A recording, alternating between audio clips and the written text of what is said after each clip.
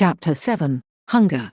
Bard bit into the morsel he had left and looked back at the others who circled around in a group. Some were putting up tents, and some were comforting their children. A gust of wind pulled some tents over and Bard watched as many men ran over to help tie it down. Horses were corralled and many of the villagers muttered sighs of relief. Sen walked among them, moving about when someone called for her assistance. What claimed Bard's attention was not her movements as she came near, but the sounds of coughing. It didn't come from her. His gaze moved about as he began to search for the source. Unfortunately, it grew into a fit of hacking, so it was easy to track down. As Bard came near, he saw some apologetic glances from those nearby. He approached an older woman who turned away as she coughed.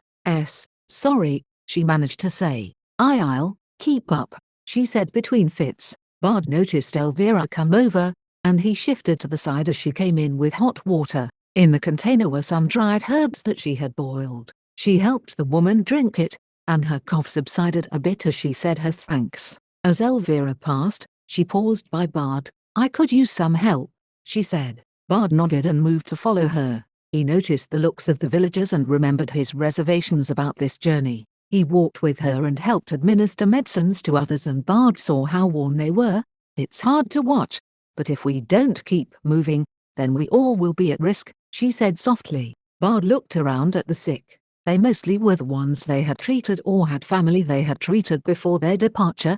We can't be having them slow us down, Ruger grumbled as he came over with some fuel for the fire. But we can't be loving them like this. Bard looked at the people and their surroundings. Nightfall would come, and several were hungry. Kai and Sen were still on their hunt, and with the presence of the storm clouds to the west, it looked fairly likely they would be encountering more snow.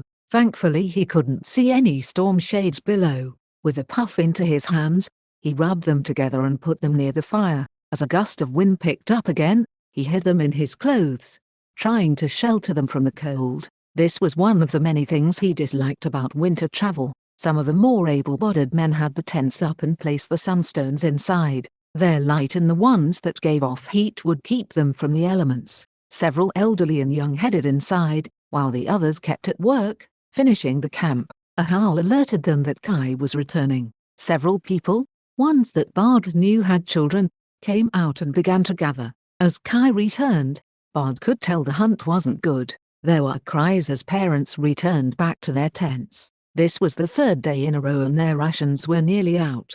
If the cold didn't kill them first, then the lack of food would. Bard rose and walked over to Sen. She looked very downtrodden as she approached him.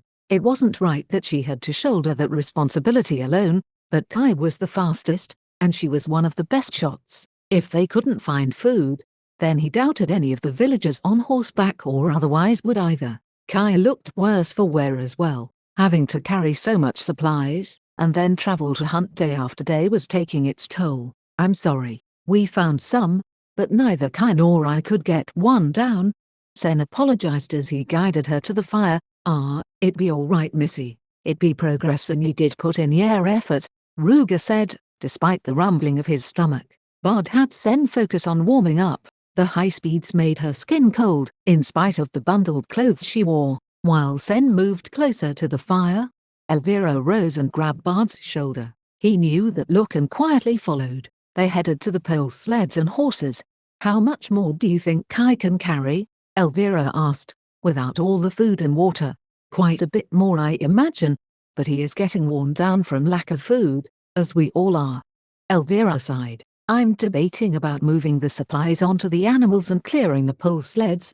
What for? Bard asked. The sick, she said plainly. Bard paused and then looked at them. They were about the size you could carry people on, but it would be rough. The ride wouldn't be pleasant either, but it probably beat walking, and they could potentially go a bit farther and faster than they were. It's not a bad idea, it's what we've got. Besides, you still have your deadlines with the pledge. Bard's eyes flickered with a bit of surprise. Elvira cuffed him over the head. You thought I would forget. Bard rubbed at the sore spot. Of course, he thought she would forget. It's not exactly our biggest concern right now, he rebutted. Sure, but if you lose sight of the big picture, then the problems of the day-to-day will force your hand down a path you don't want to be heading, she said calmly. You'll need to remember that as chief. Bard sighed. "You know I'm still not keen about this," he remarked, and she nodded. "Course we know, but still, thanks for doing it. Perhaps a change is what we need to survive, instead of all handled by one. Then perhaps a few would be better suited," she muttered as she turned back towards the fires. "Since I have your approval, I'll have the men move things around tomorrow. For now, let's get warmed up and ready for the storm." Bard followed after her, contemplating her words. He'd experienced how things changed when you only focused on the problems in front of you. Sen was a prime example of that, but he wasn't sure about the traveling down paths he didn't like. Then again, Ruger had certainly set them on a path he hadn't wanted. He paused and looked to the disappearing stars and shattered moon. Perhaps he would have come to this conclusion anyhow.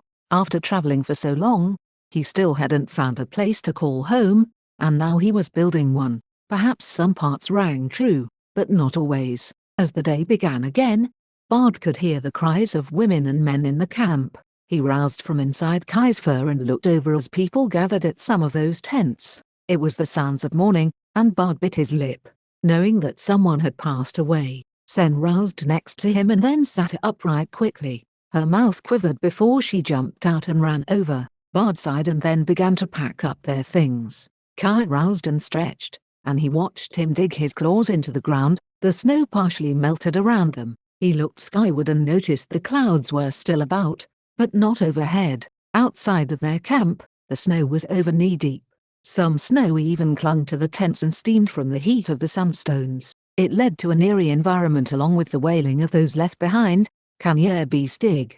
Ruger asked as he came over. Bard finished folding the blankets, removing as much of the water from them as he could. "They would freeze stiff today." "Sure," Bard answered, looking at the dig marks from Kai's stretching. "We be needing a place for them, something that won't be disturbed." Bard looked back at Kai, who cocked his head inquisitively. He looked past Ruger and saw the somewhat pleading expressions of a few individuals. "Of course," he said calmly, a sad frown on his face. He directed Kai over to a spot and had him dig. Kai grumbled, probably from hunger, but he worked on digging. The ground being as frozen as it was hard and took him a while to move. After getting so far, it suddenly gave and Kai removed the clumps. It steamed, still being warmer and moist than the cold air above, though it only lasted a bit. Ruger came over and had him dig a large hole. Bard was shocked at the size of demand. There be quite a few who don't be making it further. "If your beast can move the dirt, then we want it a bit deeper to keep others from devouring them," Ruger commented. Once it was sufficiently deep, they lowered the people in on some of the blankets. However, those blankets were retrieved for the living. Bard gritted his teeth as he looked on. Sen grabbed his hand, claiming his attention. "Is there nothing you can do as an elder?" Sen asked in a sternum. Bard contemplated for a bit and moved to his things. He pulled out different containers one by one until he found a metal flute, perhaps a song to play for the departed. He held it in his hands and felt the biting chill, knowing it sang its best when warmer. He placed it inside his clothes against his side, and a bit back any sounds that would have come from him at the sensation. Once it was sufficiently warm, he returned and looked at the grieving, who were preparing to cover those who had passed on with the dirt. Elvira saw him as he pulled out his flute and had them pause. He knew they were not used to music. It was banned as it was too similar to the dryad's magic, but still, it was one of the few comforts he could offer. As he placed it to his lips, a note peeled out, and he moved his fingers despite their protests. As he played, eyes turned to him and more gathered. Children watched with fascination, while parents seemed torn. Those who had lost loved ones cried, their sounds blending with the melody and other times contrasting it. Sen hummed until she too sang. As the flute became too cold, Bard drew the song to a close and then pulled out his tokens. He moved them about and their notes pealed in the crisp smoky air. When he stopped, he noticed the stairs and he closed his eyes. They likely had their reservations of him being chief after all that. He nearly expected a pelt of snow, some sort of reaction that they disliked it. However, Elvira clamped her hand on his shoulder. "Thank you," she said softly. Kai moved the dirt and after people began to move, they came to him and brushed shoulders with him, thanking him. The few who didn't, walked away but didn't show hostility. Sen grabbed his hand, taking him from his stupor. and they packed up. A meal of the remaining rations was given, and Bard passed some of his portion to Sen while she didn't look. She would need more when she hunted. The rest he gave to Kai, who lapped it up eagerly. They loaded the animals and placed the sick on the pole sleds before continuing their journey. Kai led the way, shifting the worst of the snow to the side, compacting where he could. It forced him to be slow, but it was still fast.